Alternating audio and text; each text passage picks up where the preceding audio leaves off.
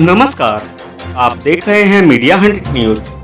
उत्तर प्रदेश विधानसभा चुनाव को लेकर ब्राह्मणों के वोट बैंक को लेकर सियासी राजनीति तेज हो गई है। बहुजन समाज पार्टी भी इस समाज के वोट बैंक को रिझाने के लिए पूरे प्रदेश में प्रबुद्ध सम्मेलन का आयोजन कर रही है। इस सम्मेलन को खुद बसपा महासचिव सतीश चंद्र मिश्रा संबोधित कर रहे हैं। रविवार को आगरा आरबीएस कॉलेज के ऑडिटोरियम में बसपा का प्रबुद्ध जन सम्मेलन में पार्टी महासचिव सतीश चंद्र मिश्र मुख्य अतिथि के रूप में पहुंचे, जिन्होंने प्रबुद्ध सम्मेलन को संबोधित करते हुए बसपा कार्यकर्ताओं को विधानसभा चुनाव में जुटने का आह्वान किया। तो वहीं विपक्षियों पर निशाना साधते हुए कहा कि इस सरकार में ब्राह्मणों का उत्पीड़न हो रहा है, जिसका उदाहरण बिकरू कांड है, जहां पर ना कोई अदालत थी ना कोई कानून, सीधे गोली मारकर फैसला हुआ और उसमें भी आसपास के इलाकों से प्रतिष्ठित ब्राह्मण थे जिन्हें उसमें नामजद किया गया। उसी दुबे के हाथ की तो मेहंदी तक नहीं छूटी थी, उसे भी इस घटना में संलिप्त दिखा दिया गया। उसे बेवजह साल से बंद कर रखा है। उस पर लड़कियों को धमकाने का भी गंभीर आरोप लगा दिया। इस सरकार में ब्राह्मणों का उत्पीड़न हो रहा है। उन्होंने कहा कि बसपा ही एक ऐसी पार्टी है जिसने ब्राह्मणों को पूरा सम्मान दिया। 2007 से 2012 की सरकार याद कीजिए, बसपा सुप्रीमो ने ब्राह्मणों को आगे बढ़ाने का काम किया था। उनका उदाहरण मैं खुद हूँ। ब्राह्मण आज 13% है। आप एक हो जाइए। आप भगवान परशुराम के वंशज हैं। एक भी अत्याचारी आपको रोक नहीं पाएगा।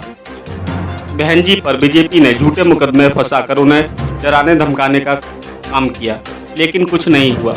बसपा ने ब्राह्मणों को हिस्सेदारी के हिसाब से टिकट देने का काम किया। बसपा महासचिव सतीश चंद्र मिश्र ने भाजपा पर निशाना साधते हुए कहा कि जो लोग धर्म के नाम पर वोट मांग रहे हैं वह अपना धर्म बताएं। जब मैं अयोध्या गया था तब भाजपा ने तमाम सवाल खड़े कर दिए थे। क्या केवल भाजपा के लोग अयोध्या जा सकते हैं? इन लोगों ने ठेका ले रखा है। वहां कौन दर्शन करेगा, कौन चंदा लेगा और उसके बाद कौन उसके नाम से वोट लेगा? प्रबुद्ध सम्मेलन को संबोधित करते हुए बसपा महासचिव ने कहा कि पहले हम अंग्रेजों के गुलाम थे, लेकिन एक बार फिर हम गुलामी की ओर बढ़ रहे हैं और इस बार देश के कुछ चुनिंदा व्यापारियों के गुलाम होंगे, जिनको पूरा समर्थन मोदी सरकार का है। प्रदेश के मुख्यमंत्री और दोनों उप मुख्यमंत्रियों के इस बार चुनाव लड़ने की बात पर उन्होंने दो टूक शब्दों में कहा कि ये तो बहुत अच्छी बात है, उन्हें भी चुनावी मैदान में उतरना चाहिए, जिससे उन्हें भी पता चल सके कि जनता चुनाव में उनका क्या करती है। उन्होंने कहा कि भाजपा के जनप्रतिनिधि और नेता गरीबों की झोपड़ी में जाकर उनको सम्मान व मदद करने का झूठा दिखावा करते हैं, जबकि बसपा सुप्रीमो कभी भी किसी गरीब के घर नहीं पहुंची, बल्कि उस व्यक्ति को गरीबी से निकालकर उसे खुद के घर में पहुंचाने का काम किया। चुनाव में गठबंधन को लेकर उन्होंने कहा कि विधानसभा चुनाव में बसपा किसी के साथ गठबंधन नहीं करेगी। पूरा चुनाव बसपा अकेले और कार्यकर्ताओं के बल पर लड़ेगी और पूर्ण बहुमत से प्रदेश में बसपा सरकार होगी, क्योंकि सर्व समाज का समर्थन बसपा को भरपूर मिल रहा है। इस रैली में जिला अध्यक्ष विमल वर्मा और आगरा के बसपा कार्यकर्ता और ब्राह्मण कार्यकर्ता भारी संख्या में मौजूद रहे। मीडिया 100 न्यूज आगरा से ब्रजमोहन निगम की रिपोर्ट। क्या सुनाई नहीं पड़ा? कोई आगे से पूछ ले। सीएम केशव प्रसाद मौर्य कह रहे हैं आपका जो शो है वो बिल्कुल फ्लॉप है, क्या कहना है? भाई डिप्टी सीएम केशव प्रसाद मौर्य जी से कह दीजिए वो एक किसी कार्यक्रम में हमारे साथ मंच में आ जाएं और देख लें शो कैसा है, तो वो अपने आप उनको पता लग जाएगा कि किस तरीके से लोग उत्साहित, किस तरह से लोग हमारे साथ में हैं और इस कार्यक्रमों में कितना उत्साहित हैं। अब उनके ऊपर हम क्या पर्सनल कमेंट करें? वो तो खुद ही परेशान हैं, उनको तो खुद ही किनारे रखा हुआ है इस सरकार ने, तो उनके बारे में हम क्या कमेंट करें? 2022 को लेकर के क्या मान रहे हैं? 2022 में उत्तर प्रदेश में बहुजन समाज पार्टी की पूर्ण बहुमत की सरकार छोड़िए, अब की बार बहुत ज़्यादा उससे आगे संख्या में बढ़ करके और बहुजन समाज पार्टी की सरकार बनेगी।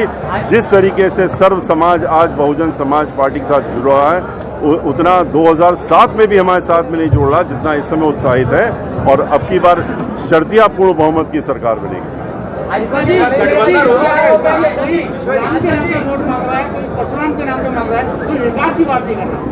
हमने तो आपके सामने विकास की बात करी, वो लोग नहीं करते हैं। हम तो यही तो कह रहे हैं कि वो लोग धर्म के नाम पे बहकाने का काम करके और विकास को किनारे कर देते हैं।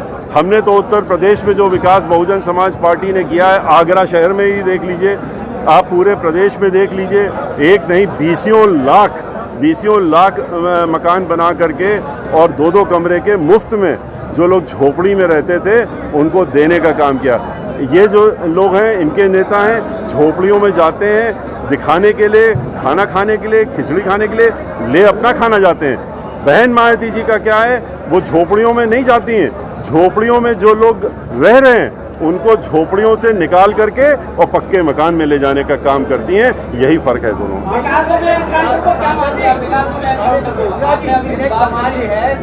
आखिरी सवाल है भैया।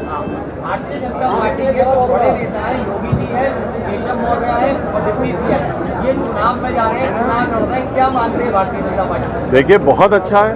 हम तो चाहते हैं कि ज़रूर लड़ें ये लोग, तीनों लोग चुनाव, और चुनाव में दोनों डिप्टी सीएम और मुख्यमंत्री जो सुन रहे हैं चुनाव लड़ेंगे, बहुत अच्छी बात है। तभी तो इन लोगों को ये एहसास होगा कि आज जनता क्या कह रही है उनके बारे में। तो इनको चुनाव में आने दीजिए, उससे हमको कोई फर्क नहीं पड़ता। क्या आपकी पार्टी किसी और पार्टी के साथ? हमारी पार्टी किसी के साथ मिल करके और चुनाव नहीं लड़ने जा रही। एक बार नहीं, कई बार हम लोग कह चुके हैं, हम लोग अगर किसी के साथ मिल रहे हैं चुनाव लड़ने के लिए तो इस प्रदेश की जनता है उसके साथ